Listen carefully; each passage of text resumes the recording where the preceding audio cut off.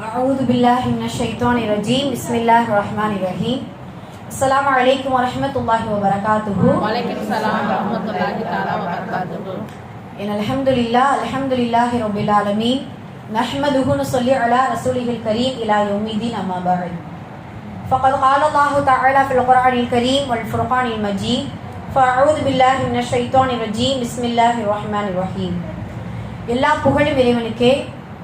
அல்லாஹ்வுடைய அன்பும் அருளும் என் பெருமான ரசூலை கரீம் ஸல்லல்லாஹு அலைஹி வஸல்லம் அவர்கள் மீதும் நம் அனைவரின் மீதும் என்றென்றும் நின்று நிலவட்டுமாக. ஆமீன். அல்ஹம்துலில்லாஹ்.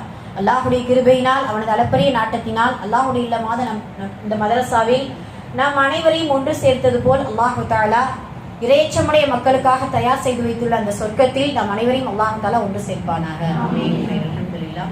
நாம் எதை கேட்டோமோ எதை கேட்க இருக்கிறோமோ அதை நமது உள்ளத்தில் உள்வாங்கி அதை நமது வாழ்விலும் செயல்படுத்தி அதை நாம் மற்றவர்களுக்கும் எத்தி வைக்கக்கூடிய நன்மக்களாகவும் வல்ல ரஹ்மான் நம் அனைவரையும் ஆக்கி அருள் புரிவானாக. அல்லாஹ்வுடைய கிருபையினால் புனிதமான ரபியுல் அவல் மாதத்தில் சிறப்பான இஅ்திகாஃப் என்கின்ற அமல்ல நம் அனைவருமே அமர்ந்திருக்கிறோம். அல்ஹம்துலில்லாஹ். அல்லாஹ்வுடைய கிருபையினால 3 நன்மைகள் ஒரு சேர இந்த இடத்துல நமக்கு கிடைக்குது. முதல் நன்மை ரபியுல் அவல் என்கின்ற புனிதமான ஒரு மாதத்துல இருப்பது ஒன்று. ரெண்டாவது பார்த்தீங்கன்னா இஅ்திகாஃப் என்று சொல்லக்கூடிய சிறப்பான ஒரு அமல்ல நம்ம அமர்ந்திருக்கிறோம். மூன்றாவது வியாழக்கிழமை என்று சொல்லக்கூடிய நம்மளுடைய பட்டோலைகள் எல்லாம் அல்லாஹ்விடத்தில் சமர்ப்பிக்கக்கூடிய அந்த நேரத்திலும் அந்த நாளிலும் நாம் அமர்ந்திருக்கிறோம். அல்ஹம்துலில்லாஹ். இந்த மூன்றுமே நமக்கு ரொம்ப முக்கியமானது. ரசூல் ஸல்லல்லாஹு அலைஹி வஸல்லம் அவர்கள் நம்மளை விட்டு பிரிந்து 1400 வருடத்திற்கு மேலாயிடுச்சு. 1446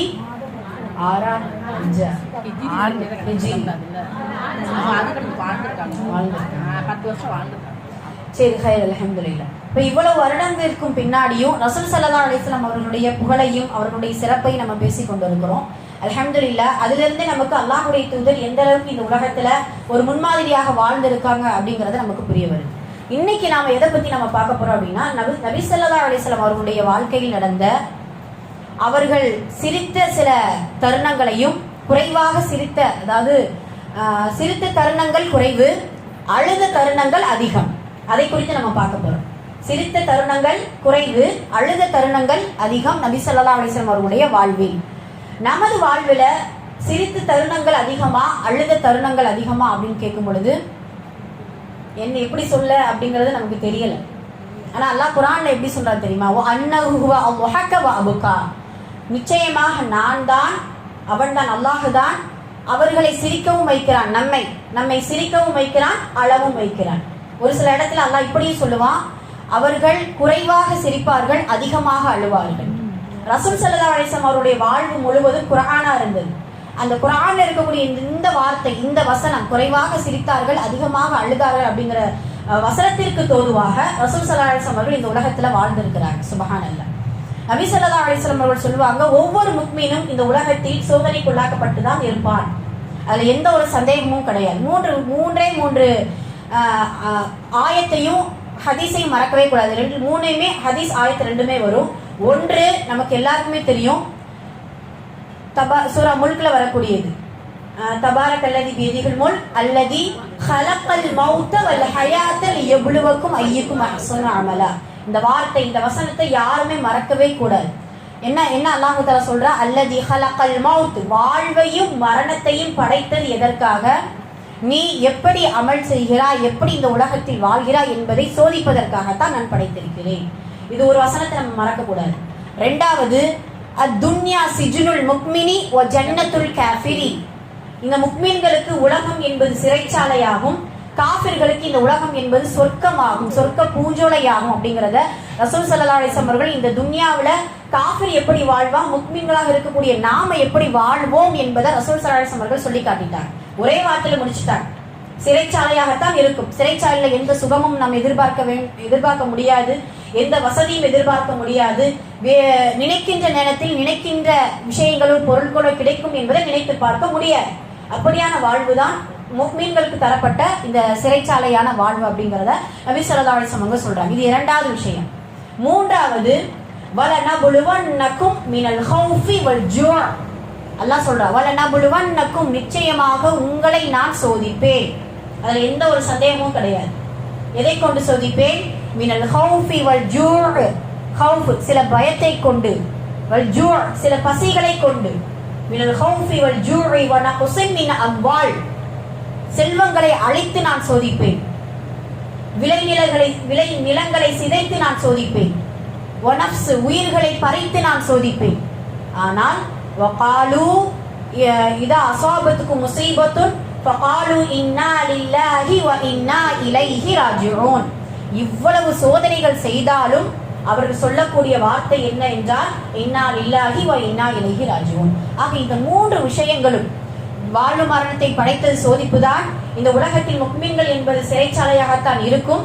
நான் கண்டிப்பாக பசியை கொண்டும் பயத்தை கொண்டும் உயிரை பறிப்பதை கொண்டும் சோதிப்பேன் என்கின்ற இந்த வசனமும் 3மே நமக்கு உணர்த்தக்கூடிய பாடம் என்ன? இந்த உலகத்துல சிரிங்க ஆனா குறைவாகத்தான் சிரிக்கணும், அழுங்க ஆனா அதிகமாகத்தான் அழணும். அழக்கூடிய நேரங்களும் காலங்களும் வந்து கொண்டுதான் இருக்கும். இதுக்கு முற்றுப்புள்ளியே கிடையாது. எப்பொழுது முற்றுப்புள்ளி கிடைக்கும்? இந்த சோதனைக்கும் இந்த கவலைகளுக்கும் இந்த கஷ்டங்களுக்கும் எப்போ முற்றுப்புள்ளி கிடைக்கும் அப்படின்னா, சொர்க்கத்தில் நாம் ரசூலுல்லாஹி ஸல்லல்லாஹு அலைஹி வஸல்லம் அவர்களோடு முதல் அடி எடுத்து வைக்கும் பொழுது எல்லாம் முடிஞ்சு போயிடும். அவ்வளவுதான். அல்ஹம்துலில்லாஹ். இந்த கபூர்ல நமக்கு சில நேரங்கள்ல நம்ம பாவங்கள் செஞ்சிருக்கலாம், எல்லாம் பாதுகாக்கணும், எல்லா வாழ்க்கையும் எல்லாம் சீர்படுத்தி கொடுக்கணும் இன்ஷா அல்லாஹ். கபருடைய வாழ்க்கையில கண்டிப்பா சுகபோகமா இருப்போம் அப்படிங்கிறது சந்தேகம் தான். அதே மஹ்ஷருடைய மைதானத்துல தெரியாது நம்மளுடைய நிலைமை என்ன அப்படிங்கிறது அந்த நாள் தான் புரியும். எப்ப சொர்க்கத்துக்குள்ள காலடி எடுத்து வைக்குமோ அப்போதான் நிச்சயம் நமக்கு இன்பம் நிரந்தரம் என்பது. இப்ப அது வரைக்கும் நமக்கு சோதனைகளும் கஷ்டங்களும் மாறி மாறி வந்து கொண்டேதான் இருக்கும். இந்த விஷயத்துல முதல்ல 5 விஷயத்தை நான் முதல்ல இப்ப சொல்ல போறேன். சோதனைகளை எப்படி எல்லாம் அல்லாஹ் கொடுப்பான், அந்த நேரத்துல மனிதன் எப்படி எல்லாம் நடந்து கொள்வான் அப்படிங்கிறதுக்கு ஒரு 5 விஷயம். முதல்ல நம்ம புரிந்து கொள்வது, இந்த உலகத்தை குறித்தும் இந்த உலகத்தில் நடக்கூடிய சில சூழ்நிலைகளை குறித்தும் நாம் புரிந்து கொள்ளக்கூடிய முதல் விஷயம் என்ன அப்படின்னா, நமக்கு கொடுக்கக்கூடிய சோதனை எல்லா மனிதர்களுக்கும் பொதுவானது. சோதனை என்பது எல்லா மனிதர்களுக்கும் பொதுவானது. அப்படிதானே? நபிமார்கள் அல்லாஹ் சோதித்தான், நல்லடியார்கள் அல்லாஹ் சோதித்தான். அதே போல அவர்களுடைய பட்டியலில் நாமும் சோதனைக்குள்ளாக்கப்பட்டுதான் இருப்போம் அப்படிங்கறதுல எந்த ஒரு சந்தேகமும் கிடையாது. ஏதாவது சந்தேகம் இருக்கா? நிரந்தரமா சிரித்தே இந்த உலகத்துல நான் வாழ்ந்திருக்கேன்னு சொல்ல ஏதாவது ஒரு அரசனை நம்ம பார்த்திருக்கோமா? ஏதாவது ஒரு மனிதனை நம்ம பார்த்திருக்கோமா? கிடையாது. நிரந்தரமாக நான் கஷ்டத்திற்குள்ளாக்கப்பட்டிருக்கேன்னு சொல்லிட்டு மனிதன் வேணா மிகைச்சு சொல்லலாமே தவிர நிரந்தரமான கஷ்டம் யாருக்கும் அல்லாஹ் கொடுத்தது கிடையாது.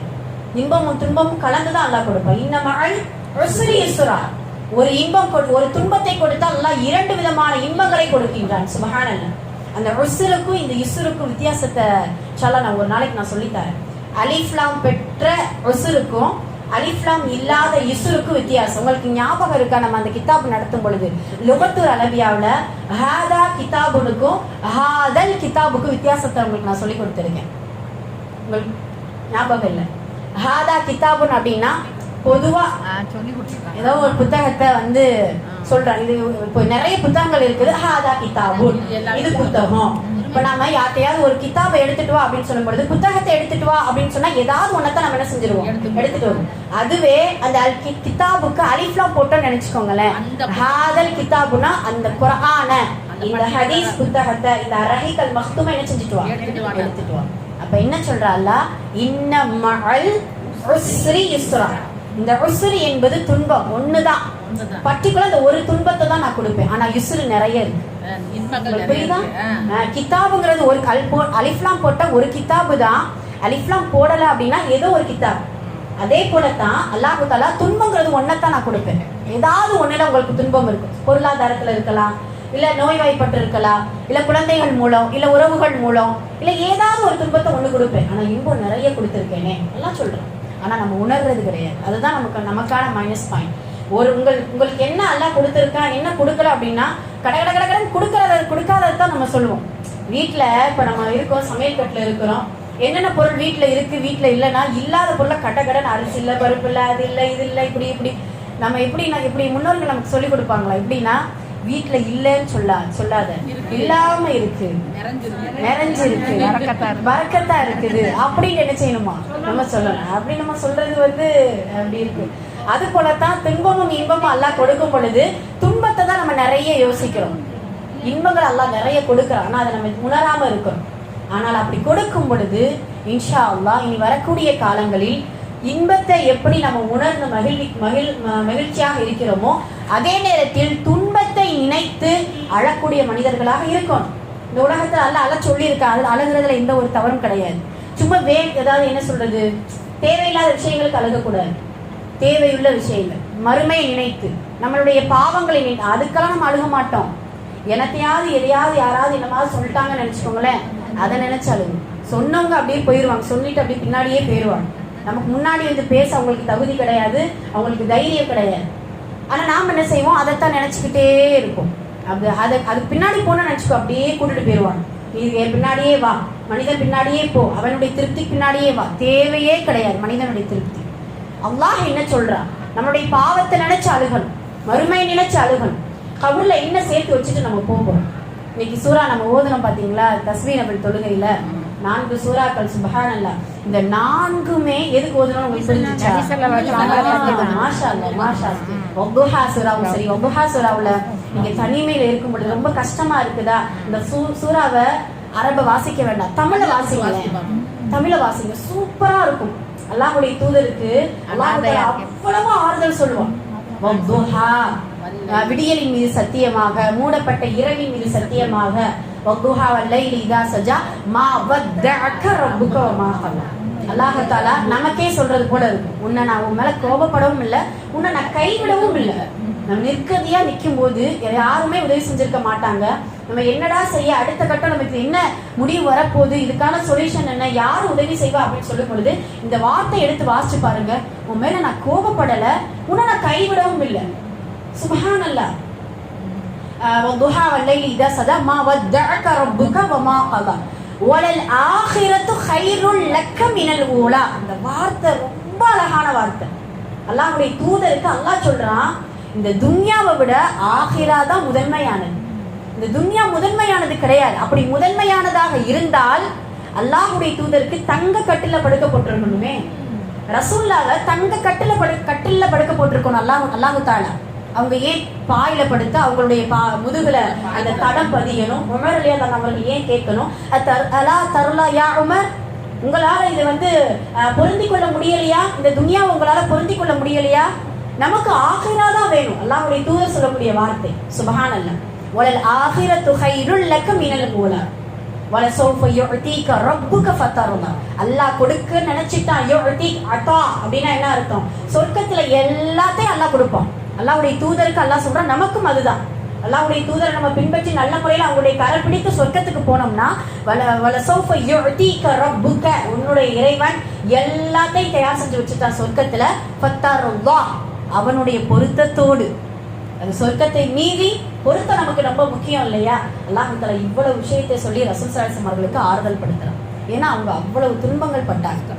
நபி ஸல்லல்லாஹு அலைஹி வஸல்லம் அவர்களுடைய மகிழ்வுகள் குறைவு, ஆனா அழுகைகள் அதிகம். சுப்ஹானல்லாஹ். இன்னைக்கு அதை பத்தி தான் நம்ம பார்க்க போறோம். முதல்ல சிரித்த தருணங்கள் அப்படின்னு சொல்லும் பொழுது சில, அதாவது இந்த இஸ்லாமிய மார்க்கம் ரொம்ப கரடு முரடா தான் இருக்கும். எப்ப பார்த்தாலும் அழுதுட்டு தான் இருக்கணும், ரொம்ப இபாதத் செஞ்சுட்டு தான் இருக்கணும், சிரிச்சிடாதீங்க நன்மை போயிடும், எதுவுமே கிடையாது. இஸ்லாமிய மார்க்கம் இரண்டும் சமமான மார்க்கம். ரசூல் ஸல்லல்லாஹு அலைஹி வஸல்லம் அவர்கள் சிரிச்சிருக்காங்க, அவங்க சஹாபாக்கள் சிரிச்சிருக்காங்க, அவங்க நல்ல ஜாலியா விளையாண்டு இருக்கிறாங்க. கேலி கிண்டல், சின்ன சின்ன ஆகுமான ஹலாலான கேலி கிண்டல்கள் செஞ்சிருக்கிறாங்க. இப்படி அவங்களுக்குள்ள நிறைய சந்தோஷங்கள்லாம் நடந்திருக்கு. சுப்ஹானல்லாஹ். அதே இது அழுத தருணங்களும் நிறைய இருக்கு. முதல்ல இப்ப சிரித்த தருணங்கள் அப்படின்னு சொல்லும் பொழுது நிறைய விஷயங்கள் நபி ஸல்லல்லாஹு அலைஹி வஸல்லம் செஞ்சிருக்காங்க. முதல்ல ஒரு மனிதர் கேட்பார், அல்லாஹ்வுடைய தூதரே, அமல்களில் சிறந்தது எது அப்படின்னு கேட்கிறாங்க. என்ன வார்த்தை? அமல்களில் சிறந்தது எது? அந்த காலத்துக்கு தூதர் ரசூல் ஸல்லல்லாஹு அலைஹி வஸல்லம் நிறைய சொல்லியிருக்கிறாங்க. அமல்களில் சிறந்தது அப்படின்னா நன்மை, அதாவது குறைந்த அமலா இருந்தாலும் நீடிப்பா செய்யணும், அது சொல்லியிருப்பாங்க. அப்புறம் தொழுகையில நீண்ட தொழுகை தான் அமல்களில் சிறந்ததுன்னு சொல்லியிருப்பாங்க. இந்த இடத்துல அமல்களில் சிறந்தது எது என்றால் ஒரு மனிதனுடைய முகத்தில் புன்னகையை ஏற்படுத்துவது. ஒரு மனிதனுடைய முகத்தில் புன்னகையை ஏற்படுத்துவது அமல்களில் சிறந்தது. மதீனா வீதிக்குள்ள போகும் பொழுது ரசூல் ஸல்லல்லாஹு அலைஹி வஸல்லம் அவர்கள் போன உடனே நீ தொழுகணும், நீ நோன்பு வைக்கணும், நீ ஹஜ் செய்யணும், நீ அப்படிதான் இருக்கணும், ஹலால் ஹராம பேணிக்கோ, ஒன்னும் சொல்லல. அல்லாஹ்வுடைய தூதர் முதல்ல முஹப்பத்தை ஏற்படுத்துறாங்க, ஒற்றுமையை ஏற்படுத்துறாங்க, மனிதர்களுக்குள்ள சகோதரத்துவத்தை ஏற்படுத்துறாங்க. நீ ஒரு மனிதரை சந்திக்கிறியா, புன்முறுகளோடு சந்தி, அது ஒரு அழகான தர்மம். நீ அவனுடைய கடனுக்கு உதவி செய்ய, அவன் நிலை குலையும் பொழுது, துன்பப்படும் பொழுது உன்னுடைய வார்த்தையை கொண்டு அவனை இன்பப்படுத்த, உன்னுடைய வார்த்தையை கொண்டு உறுதிப்படுத்தேன் அப்படின்னு சொல்லிட்டு அல்லாஹ்வுடைய தூதர் மதீனா வீதிக்குள்ள போகும் பொழுது நபி ஸல்லல்லாஹு அலைஹி வஸல்லம் அவர்கள் தன்னுடைய சஹாபாக்களுக்கும் அங்க இருக்கக்கூடிய அன்சாரிகளுக்கும் சொல்லிக் கொடுக்கிறாங்க. சுப்ஹானல்லாஹ். இதுதான் முதல் நபி ஸல்லல்லாஹு அலைஹி வஸல்லம் அவர்கள் சிறந்த அமல்களாக நமக்கு சொல்லிக் கொடுக்கிறாங்க. அப்ப அவங்களுடைய வரலாறுகள்ல எதெல்லாம் சிரித்த தருணங்கள் அப்படின்னு பார்க்கும் பொழுது நிறைய இருக்குது. சுப்ஹானல்லாஹ். ஒரு முறை நபி ஸல்லல்லாஹு அலைஹி வஸல்லம் அவர்கள் என்ன செய்வாங்கன்னா, ரொம்ப பசியோட இருக்கும். முன்னாடி நான் சொல்லியிருக்கிறேன், ரொம்ப பசியோட இருக்கும். யாருக்குன்னா அபூபக்கர் ரலியல்லாஹு அன்ஹு, உமர் ரலியல்லாஹு அன்ஹு. பசியோட இருக்கும் பொழுது நபி ஸல்லல்லாஹு அலைஹி வஸல்லம் அவர்கள் அவங்களுடைய தோரணை புரிஞ்சுக்கிறாங்க. புரிஞ்சுட்டு சொல்லுவாங்களாம், பக்கத்துல இருக்கக்கூடிய அபூ ஹுரைராட்ட சொல்லுவாங்க. அபூ ஹுரைரா ரலியல்லாஹு அன்ஹு அவர்கள் இடத்துல, அபூ ஹுரைரா உஸ்மான் வீட்டுக்கு போங்க, ஏதாவது இருந்தா வாங்கிட்டு வாங்களேன் அப்படின்னு சொல்லுவாங்க. உஸ்மான் வீட்டுக்கு அபூ ஹுரைரா போறாரு. போன உடனே போறாரு, உஸ்மான் இல்ல, டக்குன்னு வர்றாரு. உஸ்மான் வீட்டுல இல்ல, அல்லாஹ்வுடைய தூதரே. அந்த நேரத்துல இது எப்படி உணர்ந்துக்கிறோம்னா, பசியோட இருக்கிறோம், ஒரு வந்து சொல்ற தோரணையை பாருங்களேன். சும்மா ஒரு இது மாதிரி சொன்ன விஷயத்த நான் செஞ்சுட்டேன், உஸ்மான் இல்ல, அல்லாஹ்வுடைய தூதரே உணவும் இல்ல அப்படின்னு சொல்லிடுறேன். இப்ப நபி ஸல்லல்லாஹு அலைஹி வஸல்லம் மீண்டும் சொல்ல, அப்படியா ஜாபிர் ரலியல்லாஹு அவங்க வீட்டுக்கு போய் பார்த்துட்டு வாங்களேன், பயங்கர பசி.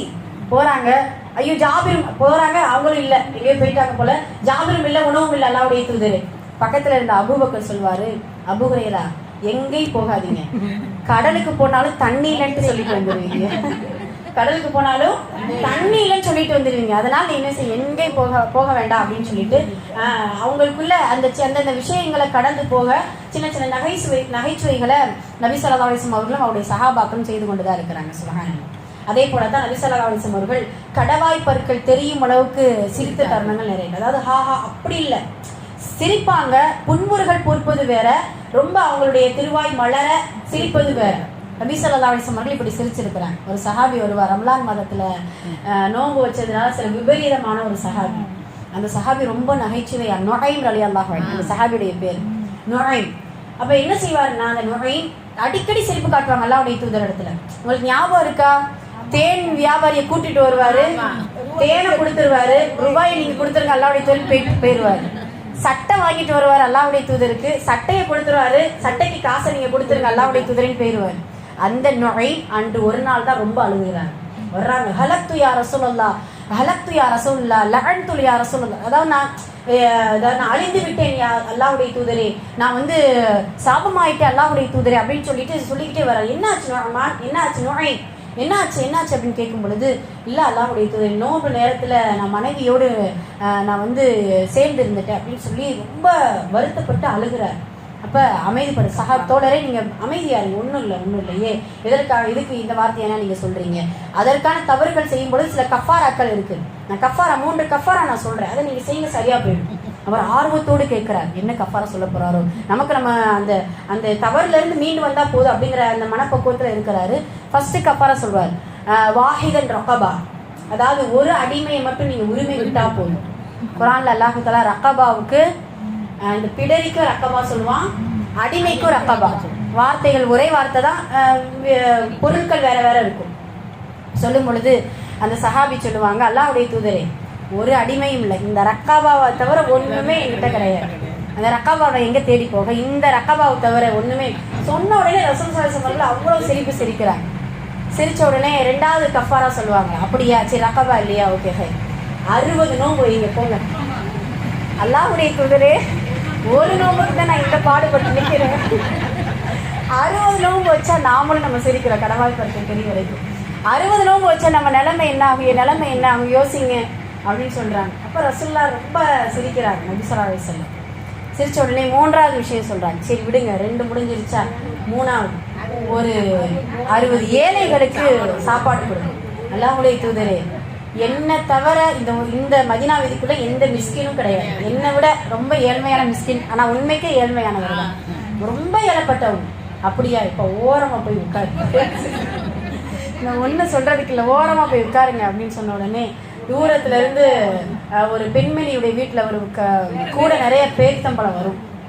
முதல்ல நபி ஸல்லல்லாஹு அலைஹி வஸல்லம் அது நார்மா, நீங்க வாங்க, நுஹைம் ரலியல்லாஹு இங்க வாங்க அப்படின்னு சொல்லும் பொழுது, இருந்தாங்க, இதை கொண்டு போய் 60 ஏழைக்கு தயவு செஞ்சு போய் பங்கிட்டு கொடுத்துருங்க.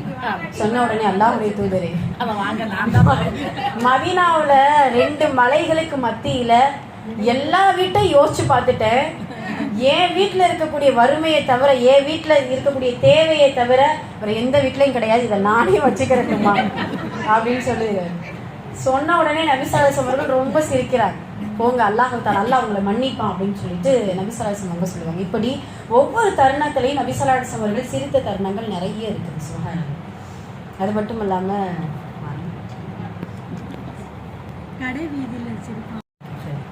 இப்படி நபி ஸல்லல்லாஹு அலைஹி வஸல்லம் அவர்களுடைய வாழ்க்கையில நிறைய சிரித்த தருணங்கள் நிறைய இருக்குது. அதே போல அழுத தருணங்கள். இதுக்கு முன்னாடி நான் ஒரு 5 விஷயம் சொல்லிட்டு நான் 1 தான் சொல்லியிருக்கேன்னு நினைக்கிறேன். என்ன அதை நம்ம ஒன்று தான் சொல்லியிருக்கேன். சோதனை வந்து எல்லாத்துக்கும் பொதுவானது அப்படின்னு சொல்லுவோம்.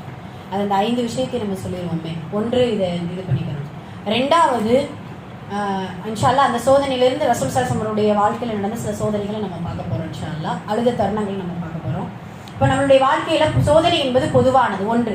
2வது நம்ம எப்படி எடுத்துக்கிறோம் அப்படின்னா, அந்த சோதனையின் போது அல்லாஹ் தான் இந்த சோதனையை கொடுத்தான் அப்படிங்கிறத முழுமையா நம்பணும். யாருனாலும் என்ன செய்யல, கொடுக்கல. அதுல இந்த 2 விஷயமா இதை புரிஞ்சுக்கணும். சோதனை என்பது 2 வகை. 1 என்ன, அல்லாஹ் நம்மை நேசிப்பதால் கொடுக்கக்கூடிய சோதனை. நபிமார்கள் நேசிச்சதுனால தான் அல்லாஹ் தஆலா அதிகமான சோதனைகளை நபிமார்களுக்கு கொடுத்தான். 2வது என்ன அப்படின்னா, ரப்பனா தொதம்னா அன்ஃபுஸனா, நம்மளுடைய கரங்கள் சம்பாதித்த பாவத்தின் காரணமாக சோதனை. ஆக மொத்தம் சோதனை என்பது அல்லாஹ் ஒன்று நம்மை நேசிப்பதின் காரணமாக வரலாம், இல்லது நம்மளுடைய பாவத்தின் காரணமாக வரலாம். இப்போ நாம எப்படி புரிஞ்சுக்கலாம், நேசத்தின் காரணமாக வருதா இல்லை நம்மளுடைய பாவத்தின் காரணமாக வருதா அப்படின்னு சொல்லும் பொழுது, அந்த சோதனை நீங்குவதற்கு முதல்ல தௌபா செய்ய பழகிக்கிறோம். தௌபா செய்ய செய்ய அந்த சோதனை நீங்குது அப்படின்னா நாம புரிஞ்சுக்கிறோம், ஆகா நம்ம செய்யக்கூடிய பாவத்தின் காரணமாகத்தான் வருது அப்படிங்கிறத புரிஞ்சுக்கிறோம். இல்லை நம்ம தௌபா செஞ்சாலும் அந்த சோதனை நீங்கல அப்படின்னா அல்ஹம்துலில்லாஹ் அலா குல்லி ஹால், அல்லாஹ் நம்மை நேசிக்கின்றான் புரியணும். முதல்ல அல்லாஹ்வுடைய தூதர் அதை தான் சொல்றாங்க. ஒரு முக்மீனுக்கு காலில் குத்தின முள்ளுக்கு கூட அல்லாஹ் தஆலா நம்முடைய பாவங்களை மன்னிக்கிறான். சுப்ஹானல்லாஹ். ஒவ்வொரு சோதனை, அது முக்மீனுடைய காரியம் ஆச்சரியமானது. ரியாதுஸ் ஸாலிஹீன்ல நம்ம படிச்சிருக்கோம். அது முக்மீனுடைய காரியம் எப்படி ஆச்சரியமானது அப்படின்னா, அவனுக்கு அல்லாஹ் தஆலா நல்ல ஒரு நலவுகளை எல்லாம் கொடுத்தால், சோதனைகள் எல்லாம் கொடுத்தால் பொறுமையோடு இருக்கிறான். அந்த நேரத்தில் அல்லாஹ்வுக்காக நன்றி செலுத்துகிறான். இதை பார்க்கும் பொழுது முஸ்லிம்களுடைய காரியம் ஆச்சரியமானது அப்படிங்கிறத நபி ஸல்லல்லாஹு அலைஹி வஸல்லம் நமக்கு சொல்லி காட்டுறாங்க. ஆக நம்ம இதை புரிந்து கொள்ளணும். இறைவனிடத்தில் வருவதுதான் சோதனை என்பதை புரிந்து கொண்டு இறைவன் நேசிக்கிறான் அல்லது நம்மளுடைய பாவத்தின் காரணமாக நமக்கு கொடுக்கின்றான், இதை புரிந்து கொள்ளணும். 2வது விஷயம்.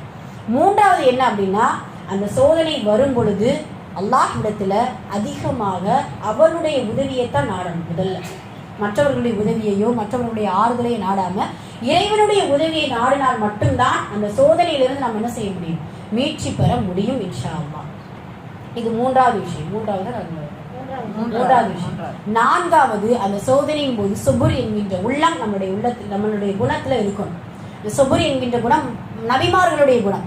அதாவது சகிப்புத்தன்மை, அதே போல பொறுமை, அதே போல அந்த விஷயத்தை வந்து கடந்து போகக்கூடிய அந்த அணுகுமுறை, இது எல்லாமே நபிமார்களுடைய குணங்கள்ல ஒன்று. அதுல ரொம்ப பெரிய சிறந்த குணம் சுபுர் என்கின்ற பொறுமை என்கின்ற குணம் தான். அந்த பொறுமையே அல்லாஹ்விடத்துல அதிகமா கேட்டு பெறவும் இன்ஷா அல்லாஹ். யா அல்லாஹ் எனக்கு பொறுமை என்கின்ற குணத்தை கொடு. நபிமார்களுக்கு எப்படி கொடுத்தாயோ, அய்யூப் அலைஹிஸ்ஸலாம் அவர்களுக்கு எப்படி கொடுத்தாயோ, நபி ஸல்லல்லாஹு அலைஹி வஸல்லம் அவர்களுக்கு எப்படி பொறுமை என்கின்ற குணத்தை கொடுத்தாயோ, அதே போல எனக்கும் அந்த குணத்தை கொடு அப்படின்னு சொல்லிட்டு அல்லாஹ்விடத்துல துஆ செய்யணும். அதே போல சொர்க்கத்தை கொண்டு நம்ம பேராவல் கொள்ளணும் அந்த சோதனையின் போது. யா அல்லாஹ் இந்த சோதனைக்கு பகரமா எனக்கு சொர்க்கத்தை கொடுப்பது தெரியுமா, அந்த சொர்க்கம் எனக்கு போதுமானது. இந்த சொர்க்கத்துல எதுவுமே கிடையாது. 4 விஷயம் அந்த சொர்க்கத்துக்குள்ள நுழையும் போது 4 இன்பத்தை அல்லாஹ் நமக்கு சொல்லி வரவேற்பான்.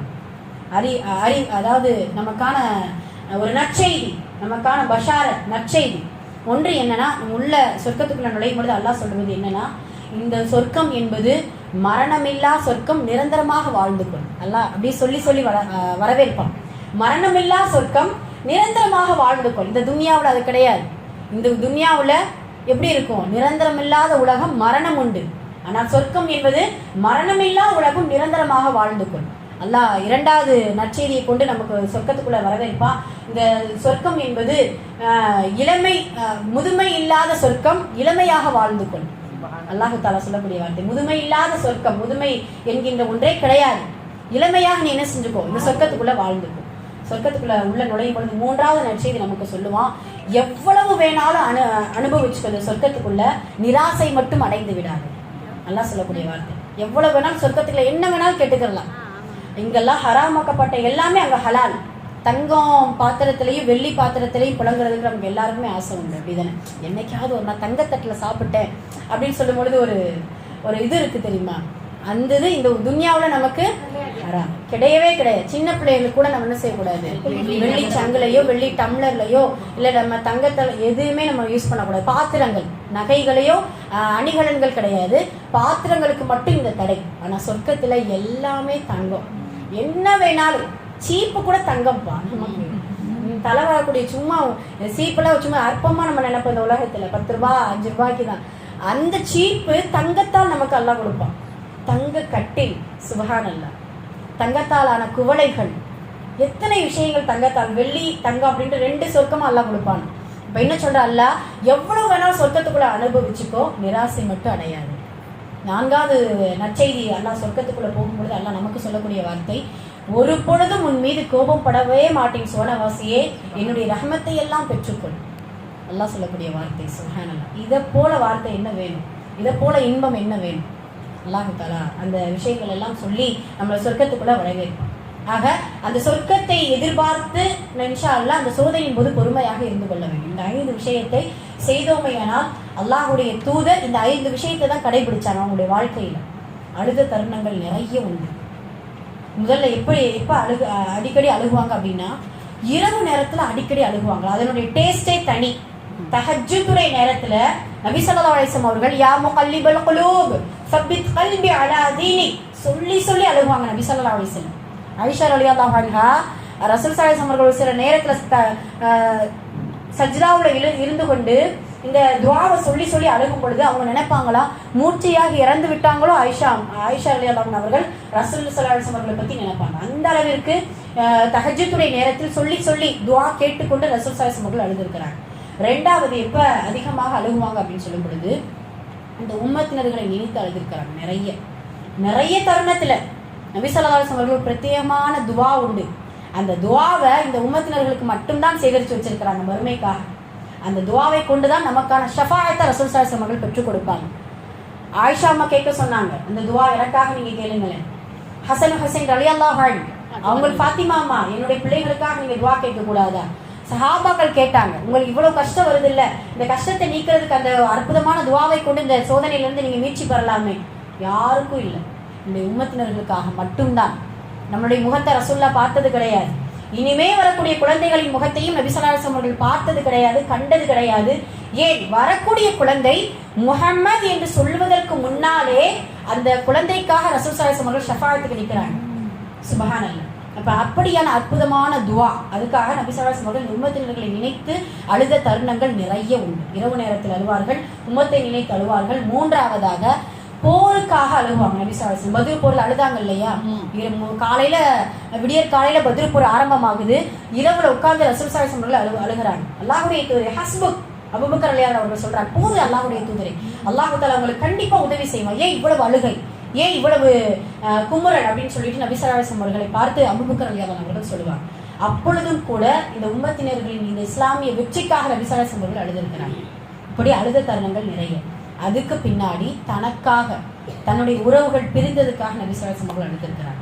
பெற்றெடுத்த பிள்ளைகளை ஒவ்வொன்றாக சிறு சிறு பிள்ளைகளை கபரில் வைக்கும் பொழுது நபி ஸல்லல்லாஹு அலைஹி வஸல்லம் அவர்கள் அழுதிருக்காங்கம்மா. சுபஹானல்லாஹ்.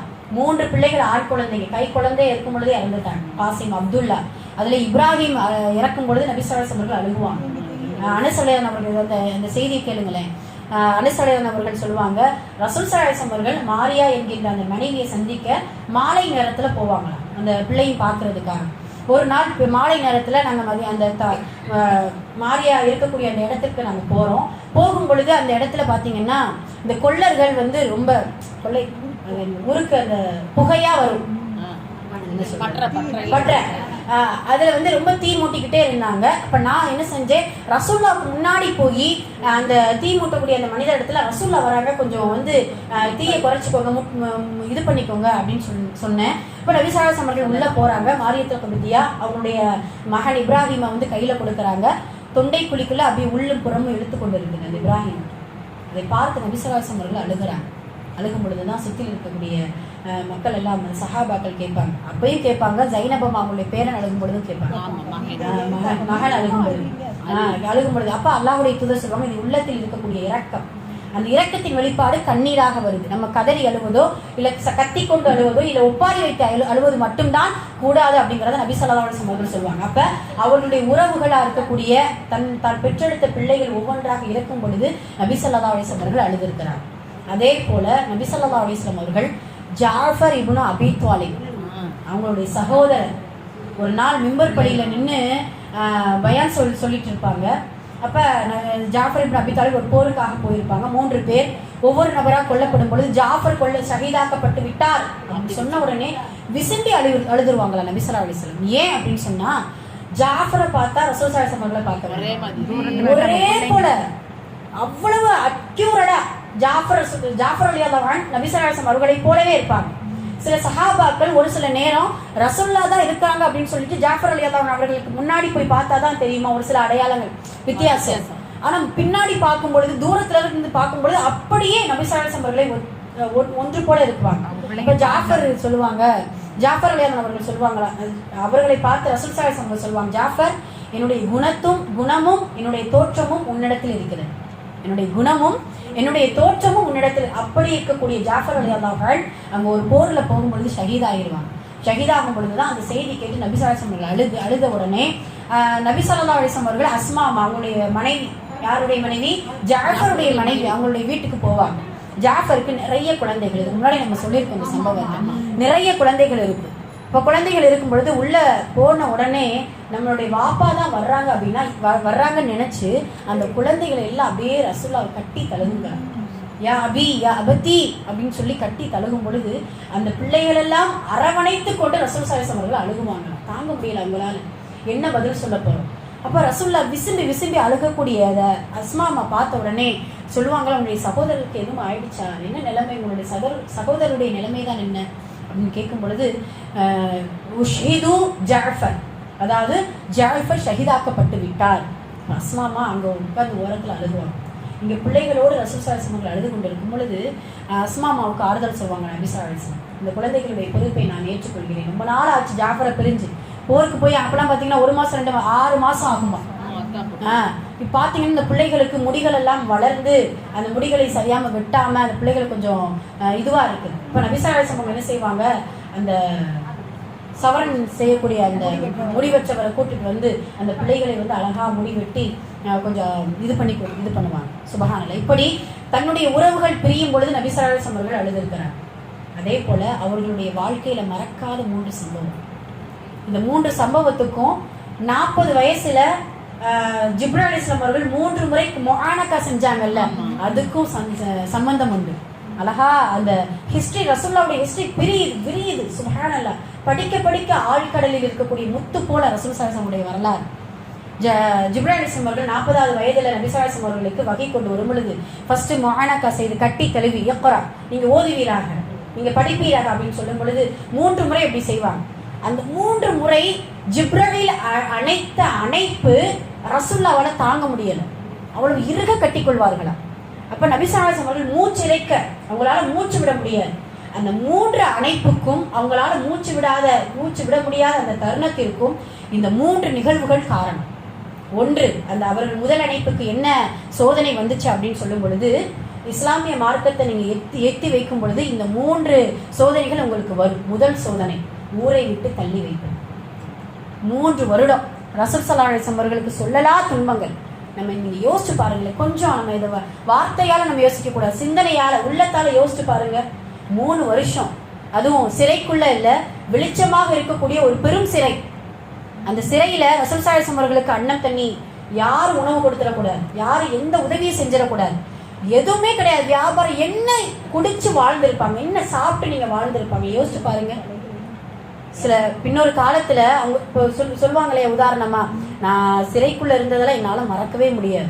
இந்த 3 வருஷம் எம்மா சஹாபாக்கள் அடிக்கடி சொல்லுவாங்க, அந்த சிறைக்குள்ள அந்த ஷுஅபே அபீ தாலிபுக்குள்ள இருக்கும் பொழுது பகல்ல நாங்க இலைகளையும் தலைகளையும் உட்கார்ந்து நாங்க சாப்பிட்டுருவோம். இரவு நேரத்துல எங்களுக்கு பசி தாங்க முடியாது. பகல்ல கீழே கிடந்து எடுத்து சாப்பிடுறதுக்கு எங்களுக்கு ஒரு மாதிரியா இருக்கும். கீழே கிடக்கிறது என்னது, ஆட்டுடைய மலம், ஒட்டகத்துடைய கழிவு, இதுதான் கிடக்கும். அதை சாப்பிட்றதுக்கு எங்களுக்கு மனம் வராது. இரவில் எதை தொடுகிறோம், எதை எடுக்கிறோம், எதை உண்கிறோம் என்பதை தெரியாத அந்த நேரத்துல எது கிடைச்சா நம்ம என்ன செஞ்சுக்கிடுவோம், எடுத்து சாப்பிட்டுருவோம். இன்று வரைக்கும் நான் எதை சாப்பிட்டோம் என்பது எங்களுக்கு தெரியவே தெரியாது. இரவு நேரத்துல சுப்ஹானல்லாஹ் நபி ஸல்லல்லாஹு அலைஹி வஸல்லம் அவ்வளவு கஷ்டப்பட்டாங்க. அந்த ஷுஅபே அபி தாலிப்ல அவங்களால மறக்கவே முடியாது. கர்ப்பிணி பெண்கள் இருந்தாங்க, சிறு குழந்தைகள் இருந்தாங்க, செல்வ சீமாட்டி சுப்ஹானல்லாஹ் ஹதிஜா ரலியல்லாஹு அன்ஹா ரசூலுல்லாஹ்வுக்கு அரவணைப்பையும் ஆறுதலையும் கொடுத்த ஒரே காரணத்துக்காக அந்த செல்வங்களை எல்லாம் இழந்து, சுகபோகங்களை எல்லாம் இழந்து, இதோ அந்த ஷுஅபே அபி தாலிபுக்குள்ள அனாதைகளாக, ஆதரவற்றவர்களாக ஹதிஜா ரலியல்லாஹு அன்ஹா, ஃபாத்திமா அம்மா நம்மளுடைய சொர்க்கத்தின் தலைவி, அந்த கஷ்டங்கள் எல்லாம் அனுபவிச்சதுனாலதான் சொர்க்கத்தின் தலைவியாக ஆகிறாங்க ஃபாத்திமா ரலியல்லாஹு அன்ஹா. அந்த 3 வருடங்கள் சொல்லலா துன்பங்களுக்கு ஆளானதின் காரணமாக நபி ஸல்லல்லாஹு அலைஹி வஸல்லம் அவர்களுக்கு அவங்களுடைய வாழ்க்கையில் இது ஒன்றை மறக்கவே முடியாது. 2வது விஷயம், அந்த 2வது முஆனகா செஞ்சாங்கல்ல, அணைக்கும் பொழுது அவர்களால் மூச்சு விட முடியல. எதனால அப்படின்னா, இந்த 2வது துன்பம் இப்படித்தான் உங்களை மூச்சிறைக்க வைக்கும். அல்லாஹ்வுடைய தூதரை உணர்த்துறாங்க முதல்லயே. அதனால தான் யா ஐயுஹல் முஸம்மில், போர்வை போர்த்தி கொண்டிருப்பவரே எழுங்க அப்படின்னு சொன்ன என்னைக்கு அந்த வசனம் இறங்குச்சோ அன்றைக்கு எழுந்தவர்கள் ரசூல் ஸல்லல்லாஹு அலைஹி வஸல்லம் 23 ஆண்டுகள் ஓயாது உழைத்தார்கள். தூங்கலையே, போர்வையை போர்த்தா சுகமான தூக்கம் வரும் என்பதற்காகவே போர்வை போர்த்தாமல் அல்லாஹ் அதைத்தான் சொல்றான். போர்வை போர்த்தி கொண்டு உங்களுக்கு என்ன தூக்கம், இனிமே உங்களுக்கு தூக்கமே கிடையாது. சந்தோஷம், நீங்க ரொம்ப அப்படியே இலகுவான முறையில இன்பமா இந்த உலகத்துல வாழ முடியாது. ஏன்னா உங்களுக்கு கொடுக்கப்பட்ட பட்டம் அப்படி, உங்களுக்கு கொடுக்கப்பட்ட பொறுப்புகள் அப்படி. 23 வருஷம் இவ்வளவு ஒரு புரட்சியை செய்யணும்னா என்னென்ன பாடுகள் பட்டிருக்கணும், என்ன சோதனைகளை அவங்க சந்திச்சிருக்கணும். 2வது விஷயம் உஹது போர்க்களம். சுப்ஹானல்லாஹ், உஹது போர்க்களத்துல ரசூல் ஸல்லல்லாஹு அலைஹி வஸல்லம் பற்கள் உடைக்கப்படுது. அவர்களுடைய நெற்றியில ஆணிகள் அப்படியே உள்ள போய் அதனுடைய ரத்தங்கள் அப்படியே வடிந்தோடுது. அவர்களுடைய முட்டிகள், அவருடைய காலில் இருக்கக்கூடிய முட்டிகள் அப்படியே அதுல இருந்து ரத்தங்கள் வழிந்தோடுது. சுப்ஹானல்லாஹ். இப்போ ஒவ்வொன்றும் அந்த உஹது போர்க்களத்துல அவங்களால மறக்கவே முடியாது. எந்த அளவுக்கு அப்படின்னா, ரசூலுல்லாஹ் இறந்துட்டாங்க அப்படின்னு சொல்லிட்டு முன்னறிவிப்பு செஞ்சுட்டாங்களாம். செஞ்சதின் காரணமா சில அது லைஃபான ஹதீஸாக கூட இருக்கலாம். அவங்களுடைய இறப்பு செய்தியை கேட்டு நிறைய சஹாபாக்கள் இறந்ததாக வரலாறு சொல்லப்படுது. அந்த அளவிற்கு சோதனைக்குள்ளாக்கப்பட்ட ஒரு களம் உஹது போர்க்களம். சொல்லலா துன்பம். நபி ஸல்லல்லாஹு அலைஹி வஸல்லம் அவர்களுக்கு அப்படியே அரணாங்க நின்னவங்க ஃபுல்லாமே அவ்வளவு அடிகள், அவ்வளவு வெட்டுக்காயங்கள். அதுக்கு மீறி நபி ஸல்லல்லாஹு அலைஹி வஸல்லம் அவர்களுக்கு அவ்வளவு பற்களும், அவர்களுடைய கன்னங்களும், அவருடைய தலையில் இருக்கக்கூடிய ரத்தங்களும் அவ்வளவு வழிந்தோடு. அப்பதான் நபி ஸல்லல்லாஹு அலைஹி வஸல்லம் சொல்லுவாங்களாம், நபிமார்களுடைய ரத்தம் இந்த பூமியில் விழுந்தால் அல்லாஹ்வுடைய சாபம் வருமே என்று கையில் ஏந்தி கொள்வார்களாம். சுப்ஹானல்லாஹ், கையில் ஏந்திக்கிடுவாங்க நபி ஸல்லல்லாஹு அலைஹி வஸல்லம். அப்படியான தருணங்கள் 2வது. 3வது என்ன அப்படின்னு சொல்லும் பொழுது, தாயிஃப் நகரம். அது எல்லாருக்குமே தெரியும். தாயிஃப் நகரம் 1 நாள் 2 நாள் அல்ல போராட்டம், 10 நாட்கள். அந்த 10 நாளை 3 பிரிவா அறிஞர்கள் நமக்கு பிரிச்சு காமிக்கிறாங்க. 7 நாள் வெறும் சொல்லடிகள், கல்லடிகள் கிடையாது, சொல்லடிகள். சொற்களால் என்னென்ன சொல்ல முடியுமோ 7 நாள் ஒவ்வொரு தலைவர்களுடைய வீட்டிலும் நபி ஸல்லல்லாஹு அலைஹி வஸல்லம் அவர்கள் முற்றத்தில் நின்று கொண்டு தஅவா பண்ணி, வாருங்களே எங்களுடைய இஸ்லாமிய மார்க்கத்தில், நான் அல்லாஹ்வுடைய தூதர், எனக்கு வஹி வருகிறது, என்னை நம்புங்கள், இஸ்லாமிய மார்க்கத்துக்கு நீங்க வாங்க அப்படின்னு சொன்னா அந்த தலைவர்கள் சொல்லக்கூடிய வார்த்தை என்ன தெரியுமா? உன்னுடைய இறைவனுக்கு உன்னை தவிர வேறு எந்த மனிதரும் கிடைக்கலையா? அனாதையாக ஆடு மேய்த்து கொண்டிருக்கக்கூடிய நீதான் நபியாக வரணுமோ? அல்லாஹ் பாதுகாக்கணுமா? அதெல்லாம் அஸ்தக்ஃபிருல்லாஹ். நீ மட்டும் அல்லாஹ்வுடைய தூதர் என்பதை நாங்கள் நம்பிட்டோம் அப்படின்னா எங்களை போல இழிவானவர்கள் யாரும் கிடையாது. அவங்க சொல்லக்கூடிய வார்த்தை. ஐயோ, இந்த வார்த்தையை நீ சொன்னதுனால அந்த கஅபாவுடைய திரைச்சிலையை நான் பிடிச்சு தொங்கணும் போல இருக்கு. அவங்க எதெல்லாம் சொல்ல முடியுமோ அதெல்லாம் என்ன செய்யறாங்க, அந்த தலைவர்கள் ஒவ்வொரு நாளும் சொல்லடிகள் சொல்றாங்க. 7 நாட்கள், 2 நாட்கள், 8, 9 என்ன செய்ய ஆரம்பிக்கிறாங்க தெரியுமா? இவர் சொல்லால் அவர் அவரை இது பண்ண முடியலையே அப்படின்னு சொல்லிட்டு அடிக்க ஆரம்பிக்கிறாங்க. பெரியவர்களாக சேர்ந்து ஒரு தலைவரை, நபி ஸல்லல்லாஹு அலைஹி வஸல்லம் அவர்களை நமக்காக, இந்த உம்மத்தினர்களுக்காக, இந்த இஸ்லாமிய மார்க்கத்திற்காக அடிக்க ஆரம்பிக்கிறாங்க. கடைசியாக நபி ஸல்லல்லாஹு அலைஹி வஸல்லம் அவர்கள் ரொம்ப ரொம்ப கவலைப்பட்டு அவர்கள் இரத்த கண்ணீர் வடித்த தருணம் தான் 10வது நாள். 10வது நாள் சிறுவர்களை கொண்டு, அல்லாஹ் பாதுகாக்கணும், சிறுவர்களை கொண்டு கல்லால் அறிந்தே தாயிஃப் நகரத்திலிருந்து நபி ஸல்லல்லாஹு அலைஹி வஸல்லம் அவர்களை விரட்டி அடிக்கிறாங்க. என்ன தவறு செஞ்சாங்க அல்லாஹ்வுடைய தூதர்? என்ன செஞ்சாங்க? அல்லாஹ் தஆலா அந்த வதுஹா சூராவுல சொல்றாரு இல்லையா, இந்த துன்யாவை விட ஆகிரா தான் உங்களுக்கு மேலோங்குனது. வதுஹா வல்லைலி இதா சஜா மா வத்தஅக ரப்புக வமா கலா வலல் ஆகிரத்து கைருல் லக மினல் ஊலா. அந்த வார்த்தைக்காகத்தான் இவ்வளவு போராட்டத்தை ரசூல் ஸல்லல்லாஹு அலைஹி வஸல்லம் தாங்குறாங்க. அடித்து அடித்து கணுக்காலுடைய எலும்புகளிலிருந்து ரத்தம் ஓடுது. அந்த எலும்புகளிலுடைய ரத்தம் ஃபுல்லா அவர்களுடைய காலறைகளுக்குள் தேங்கி அப்படியே கலட்ட முடியாத அளவுக்கு அந்த உறையுது. அந்த ரத்தம் எல்லாம் உறைந்து 2 காலில் நடக்கல ரசூல் ஸல்லல்லாஹு அலைஹி வஸல்லம் அவர்கள் ஒற்றை காலில் நடந்தாங்க. ஸைத் இப்னு ஹாரிஸ் ரலியல்லாஹு அன்ஹு அவர்களுடைய தோளில் கை போட்டுக்கொண்டு அப்படியே நொண்டி நொண்டி என்ன செய்யறாங்க, நபி ஸல்லல்லாஹு அலைஹி வஸல்லம் அவர்கள் தாயிஃப் நகரத்தை விட்டு போகிறாங்க. யோசிச்சு பாருங்க. அதுக்காகத்தான் அறிஞர்கள் அழகா அந்த வார்த்தையை சொல்லுவாங்க, தாயிஃப் நகர வாசிகளே, நீங்கள் சிலைகள் வணங்குறீங்கல்ல, அந்த கல் மேலே நீங்கள் பூ போட்டு நீங்கள் ஆராதனை செய்றீங்க, இதோ ஒரு பூவின் மீது கல்லெறிந்து விரட்டுகிறீர்களே, ஒரு பூவின் மீது கல்லெறிந்து விரட்டுகிறீர்களே அப்படின்னு சொல்லிட்டு நபி ஸல்லல்லாஹு அலைஹி வஸல்லம் அவர்களுடைய அந்த வரலாற்றிலிருந்து நமக்கு இந்த விஷயங்கள்லாம் எழுதி கொடுப்பாங்க. இந்த தாயிஃப் நகரத்தை மறக்கவே முடியாது. ஆயிஷா அம்மா கேட்பாங்க, உஹதுக்கு பின்னால் உங்களால் மறக்க முடியாத தருணம் இது. எவ்வளவு ரணம் இருந்தால் அந்த தாயிஃப் நகரத்தை ரசூல் ஸல்லல்லாஹு அலைஹி வஸல்லம் சொல்லுவாங்க. அதுக்கு முன்னாடி நிறைய நடந்திருக்கு. என்ன சஜிதாவில் படுக்கிறாங்க, ஆரம்ப நேரம் அந்த நாற்றம் அடிக்கக்கூடிய பல கிலோ வெயிட் உள்ள அந்த ஒட்டக குடலை ரசூல் ஸல்லல்லாஹு அலைஹி வஸல்லம் அவர்கள் மீது போட்டார்கள் அல்லவா. உத்பா என்கின்ற ஒரு எதிரி பாத்திமாமா, அவங்க சிறு பிள்ளை போய் என்ன செய்யறாங்க, அந்த ஒட்டக கழிவெல்லாம் அப்படியே நகற்றுறாங்க. சுபஹானல்லாஹ். இப்படி ஒவ்வொரு தருணங்களுக்கு மிஞ்சியும் ஒரு சில நேரத்தில் நபி ஸல்லல்லாஹு அலைஹி வஸல்லம் அவர்களை அல்லாஹ் பாதுகாக்கக்கூடிய வாயளவுல நம்ம சொல்வதற்கு கொஞ்சம் ஒரு இதுவா இருக்குது. ரசூல் ஸல்லல்லாஹு அலைஹி வஸல்லம் அவருடைய முகத்தில் உமிழ்ந்தார்கள். அல்லாஹ் பாதுகாக்கணும். அவர்களுடைய முகத்தில் மண்ணை எரித்து வாரினார்கள். தப்பத் யதா அபி லஹபி வத்தப். அல்லாஹ் சொல்லக்கூடிய வார்த்தை இன்னைக்கு நம்ம தஸ்பீஹ் தொழுகையில் அந்த சூறாக்கள்ல நம்ம ஓதணும். அந்த சூறாக்கள் ஒவ்வொன்றும் அல்லாஹ்வுடைய தூதருக்கு ஆறுதலான வார்த்தை. அலம் நஷ்ரஹ் லக ஸத்ரக். நபியே, உங்களுடைய உள்ளத்தை நான் விரிவாக்கலையா, உங்களுடைய நெஞ்சத்தை நான் இலகுவாக்கலையா. ஷரஹ என்கின்ற வார்த்தை அல்லாஹ் தஆலா எந்த ஒரு இதுக்குமே யூஸ் பண்ணல. ரசூல் ஸல்லல்லாஹு அலைஹி வஸல்லம் அவர்களுக்கு அழகான வார்த்தையை யூஸ் பண்ணி கொடுக்குறார். அலம் நஷ்ரஹ் லக ஸத்ரக் வ வதஅனா அன்க விஸ்ரக்.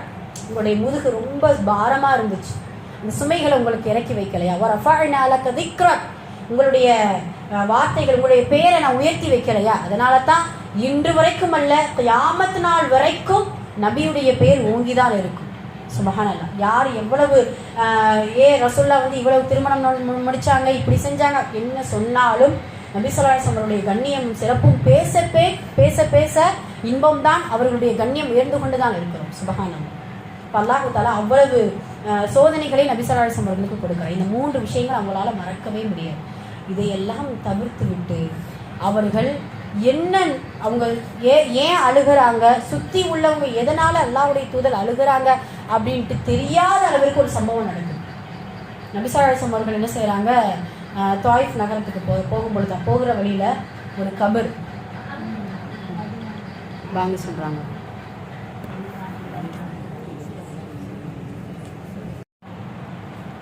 நபி ஸல்லல்லாஹு அலைஹி வஸல்லம் அவர்கள் தன்னுடைய தாயின் கபரை பார்த்து அழுகிறான். அதாவது ஒரு வியாபாரத்துக்காக போகும் பொழுது ஒரு இடத்துல நின்று என்ன நினைத்தார்களோ அந்த கபர், ஒரு கபர் மாதிரி இருக்குது, அந்த கபருக்கு முன்னாடி நபி ஸல்லல்லாஹு அலைஹி வஸல்லம் அவர்கள் அழுக ஆரம்பிக்கிறாங்க. ரொம்ப தேம்பி அழுகிறாங்க. அவங்களால அழுகை அடக்க முடியல, தாங்க முடியல. சுத்தி இருந்த சஹாபாக்கள் ரசூல்லா ஏன் அழுகிறாங்கன்னு தெரியல, ஆனா நபி ஸல்லல்லாஹு அலைஹி வஸல்லம் அவர்கள் இவ்வளவு அழுகையை நாங்க பார்த்ததே கிடையாது. இந்த தாயிஃப் நகரமா இருக்கட்டும், உஹது போர்க்களமா இருக்கட்டும், இந்த ஷுஅபா அபீ தாலிபா இருக்கட்டும், அதுக்கு முன்னாடி கல்லடி எது இவ்வளவு சம்பவங்கள் நடக்கும் பொழுது ரசூல்லா இந்த அளவுக்கு அழுது கிடையாது அப்படின்னு நினைச்சு சஹாபாக்கள் காரணம் தெரியாமலே அவங்களும் சேர்ந்து அழுகிறாங்க. அப்பதான் நபி ஸல்லல்லாஹு அலைஹி வஸல்லம் சொல்லுவாங்களா, என்னுடைய தாயின் கபர் இது. நபி ஸல்லல்லாஹு அலைஹி வஸல்லம் அவர்களுக்கு 6 வயது. அவங்க எப்படி பாருங்களேன், அல்லாஹ் தஆலா வதுஹா சூரால அதான் சொல்றான், யதீமன் ஃபஆவா. நீங்க அனாதையா நீங்க இருந்தீங்க, உங்களை நான் அரவணைக்கலையா. அல்லாஹ்வுடைய தூதர் ஒரு அனாதையாகவே இந்த உலகத்துல பிறக்கும் பொழுது தந்தை இழந்துட்டாங்க. தந்தையுடைய முகத்தை கூட ரசூல் ஸல்லல்லாஹு அலைஹி வஸல்லம் அவர்கள் பார்க்கல. வளரும் பொழுது நபி ஸல்லல்லாஹு அலைஹி வஸல்லம் அவர்கள் 2 வயது வரை தான், 2 வயது அல்ல, ஒரு 4 வயது வரை தாயிடத்துல கூட சரியா வளரல. எங்கோ தாயிஃப் நகரத்துல சஅதியா ஹலிமா சஅதியா அவர்களோடு வளர்ந்தாங்க. இதோ 6 வயது. கொஞ்ச நாள் தாயுடைய பாசத்தை உணர்ந்து அப்பொழுதுதான் தன்னுடைய அரவணைப்பையும் தாயுடைய அன்பையும் பெற்றுக்கொண்டிருக்கக்கூடிய அந்த வயதுல நபி ஸல்லல்லாஹு அலைஹி வஸல்லம் அவர்கள் 6 வயதில் தாயையும் இழக்கிறாங்க. சுபஹானல்லாஹ். தாய் ஆமினாமா, வாப்பா உன்னுடைய உறவினர்களை மாமா இவங்களெல்லாம் போய் பார்த்துட்டு வரும் அப்படின்னு சொல்லிட்டு தாயிஃப் நகரத்துக்கு கூட்டிட்டு போகும் பொழுது போய் எல்லா உறவுகள் எல்லாம் அறிமுகப்படுத்திட்டு வர்ற வழியில அல்லாஹ் தஆலா யாருடைய உயிரை எடுக்கிறதுக்கு எந்த காரணமும் கிடையாது. நோய்வாய்ப்படணும் இல்லை வேற ஏதாவது உயிரை எடுக்கணும்னு நினைச்சிட்டான். அந்த இடத்துல அபா என்கின்ற இடத்துல அபுவா என்கின்ற இடத்துல ஆமினா அம்மா இறந்துட்டாங்க. இறந்தது கூட ரசூல் ஸல்லல்லாஹு அவர்களுக்கு தெரியல. என்ன செய்யல, எதனால இப்படி கீழே விழுந்துட்டாங்க ஒன்றும் தெரியல. வரக்கூடிய வியாபார கூட்டம் இறந்த இடத்துலயே ஆமினா அம்மா அடக்கம் பண்ணிட்டாங்க. அந்த வியாபார கூட்டத்தை அப்படியே கூட்டம் ரசூல் ஸல்லல்லாஹு அவர்களை வந்து கூட்டிட்டு வருது. தூரத்துல இருந்து உம்முல் ஐமன் ஓடி வர்றாங்க. வரும்பொழுது இப்படி பாக்குறாங்க, என்ன முஹம்மது வர்றாரு முஹம்மது ஸல்லல்லாஹு அலைஹி வஸல்லம், கூட வர்றது ஆமினா மாதிரி தெரியலையே, யாரோ மாதிரில வர்றாங்க அப்படின்னு சொல்லிட்டு போறாங்க. செய்தி சொல்லப்படுது. உம்முல் ஐமன் அப்படியே வாரி அணைத்து கொள்கிறார்கள். கொண்டுட்டு அப்துல் முத்தலிப் இடத்துல போய் என்ன செய்யறாங்க, ஆமினாமா நம்மளை விட்டு போயிட்டாங்களாம், முஹம்மது மட்டும் வர்றாரு அப்படின்னு சொன்ன உடனே அப்துல் முத்தலிப் எடுத்து அப்படியே அழுகுறாங்களாம். 6 வயதுல தாயையும் தந்தையும் இழந்து அனாதை சிறுவர்களாக அல்லாஹ்வுடைய தூதர் வளர்க்கப்படுறாங்க. அதே போல அப்துல் முத்தலிப் அவ்வளவு இன்பம் அவ்வளவு அன்போடு வளர்த்தாங்க. 8 வயசுல அந்த அரவணைப்பும் விட்டு போச்சு. எப்படி இருக்கும் யோசிச்சு பாருங்க. இப்போ நாம இருக்கிறோம், ஒரு உதாரணத்துக்கு ஒரு எடுத்துக்காட்டு, அந்த உணர்வை நம்ம உணர்றதுக்காக சொல்றேன். நம்ம பிள்ளைங்க நாம இல்லாம நம்மளுடைய பிள்ளைகள் நிலைமை எப்படி இருக்கும் யோசிச்சு பாருங்க. ஒரு காய்ச்சல் ஒரு தலைவலின்னா ஃபர்ஸ்ட் தேடுவது தாய். ஏதாவது ஒரு வேணும் அப்படின்னா தந்தையை தேடுவோம். நம்ம பிள்ளை அம்மா ஏதாவது ஒரு சுகையினமா இருக்கும்பொழுது தாயையும் தந்தையும் தேடக்கூடிய அந்த தருணம். 6 வயது 8 வயது 12 வயது. அப்துல் முத்தலிப்புக்கு ஒரு பிள்ளை இல்லை, முஹம்மதை மட்டும் வளர்க்கல நபி ஸல்லல்லாஹு அலைஹி வஸல்லம், அவங்கள மட்டும் அப்துல் முத்தலிப் வளர்க்கல. அபு தாலிப் அவங்களுக்கு எத்தனை குழந்தைங்க, 6 குழந்தைங்க. இதோட சேர்த்து 7. 6 குழந்தைகளுக்கு பின்னால் 7வது குழந்தையாக நபி ஸல்லல்லாஹு அலைஹி வஸல்லம் அவர்கள் வளர்க்கிறாங்க. அப்ப நபி ஸல்லல்லாஹு அலைஹி வஸல்லம் அவர்கள் ஆடு மேய்க்கக்கூடிய முதல்ல ஆடு மேய்க்க அனுப்புறாங்க. அபு தாலிப் ஆடு மேய்க்கும் பொழுது அல்லாஹ்வுடைய இது முஹம்மது ஸல்லல்லாஹு அலைஹி வஸல்லம் பத்தாதுப்பா, கொஞ்சம் நமக்கு வந்து பொருளாதார தேவை, வியாபாரத்துக்கு போகும். 12 வயசுல அல்லாஹ்வுடைய தூதர் வியாபாரத்துக்கு சுபஹானல்லாஹ் நாடுகளாக வியாபாரத்தில் அவ்வளவு கை தேர்ந்தவர்களாக மாறுறாங்க. இப்போ இவ்வளவு அரவணைப்புகளையும் விட்டு அனாதை சிறுவர்களாக அல்லாஹு தாலா அப்படி வளர்த்து எடுத்து அல்லாஹுடைய தூதரை நபி ஸல்லல்லாஹு அலைஹி வஸல்லம் அவர்களுடைய வாழ்க்கையில் இவ்வளவு துன்பங்களை சந்திச்சு கொடுக்கிறார். அல்லாஹு தாலா குர்ஆன்ல சொல்வது போல அவர்கள் குறைவாகவே சிரித்திருக்கிறார்கள், அதிகமாக அழுதிருக்கிறார்கள். இந்த உம்மத்தை நினைத்து, அவர்களுடைய உறவுகளை நினைத்து, அவர்களுடைய தாயை நினைத்து, அவர்களுடைய பிரிந்த பிள்ளைகளை நினைத்து, போர்க்களத்தை நினைத்து, அவர்களுடைய அல்லாஹ்வுக்கும் அவர்களுக்கும் இருக்கக்கூடிய அந்த தொடர்பு. ஜிப்ராயில் அலைஹிஸ்ஸலாம் அவர்கள் வருகை தரலன்னா அழுகுவாங்களா நபி ஸல்லல்லாஹு அலைஹி வஸல்லம். அந்த கவலையினால ஜிப்ராயில் அலைஹிஸ்ஸலாம் அவர்கள் வருகை தந்து அவ்வளவு சந்தோஷம் ரசூலுல்லாஹ்வுக்கு முகத்தில் அவ்வளவு புன்சிரிப்போடு இருப்பாங்களாம். அந்த அளவுக்கு நபி ஸல்லல்லாஹு அலைஹி வஸல்லம் அவர்கள் சந்தோஷப்படுவாங்க. அவங்களுடைய வருகை கொஞ்சம் தாமதம் ஆயிடுச்சுன்னா அந்த நேரத்தில் வரக்கூடிய சில சோதனைகளை நினைத்து சுப்ஹானல்லாஹ் எவ்வளவு சோதனைகள். அந்த சோதனைகளுக்கெல்லாம் அல்லாஹு தாலா அதற்காகத்தான் முதல் முறையா சொர்க்கத்தில் நுழையக்கூடிய பாக்கியத்தை ரசூல் ஸல்லல்லாஹு அலைஹி வஸல்லம் கொடுத்துட்டாங்க. ஏன்னா ஆதம் அலைஹிஸ்ஸலாம் எத்தனையோ நபிமார்கள் கடந்து போயிட்டாங்க, அவங்களும் சோதனைக்குள்ளாக்கப்பட்டவங்க தான். ஆனால் ரசூல் ஸல்லல்லாஹு அலைஹி வஸல்லம் அவருடைய வாழ்க்கையில் நடந்த சோதனை போல எந்த நபிமார்களுக்கும் இல்லை என்பதை எப்படி உணர்ந்து கொள்ளலாம் என்றால், எந்த நபிமார்களுக்கும் கொடுக்கப்படாத அந்த பாக்கியம் அந்த சுவனவாசலில் முதலில் நுழைவதுதான். கதவை தட்டுப்பட்ட உடனே யாரை கேட்குறாங்க, நீங்கள் யார் அப்படின்னு சொல்லும் பொழுது அந்த முஹம்மது ஸல்லல்லாஹு அலைஹி வஸல்லம் உங்களுக்காகத்தான் இந்த வாசல் திறக்கப்பட வேண்டும் என்று எங்களுக்கு அல்லாஹ் கட்டளையிட்டு விட்டான். சுப்ஹானல்லாஹ். அந்த அளவிற்கு சோதனைகளால் சூழப்பட்ட சொர்க்கத்திற்குள் நுழைய வேண்டும் என்றால் இந்த உலகத்துல பல சோதனைகள், இன்னல்கள், கஷ்டங்கள், கவலைகள் வரும். சிரித்து கொள்ளக்கூடிய நேரத்தில் சிரித்து கொள்ள வேண்டும்.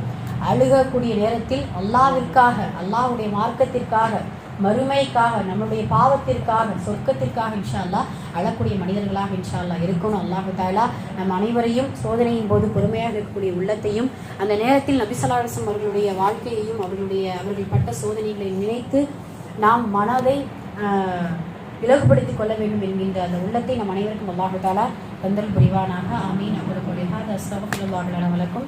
வாஹிர் தஅவானா அல்ஹம்துலில்லாஹி ரப்பில் ஆலமீன்.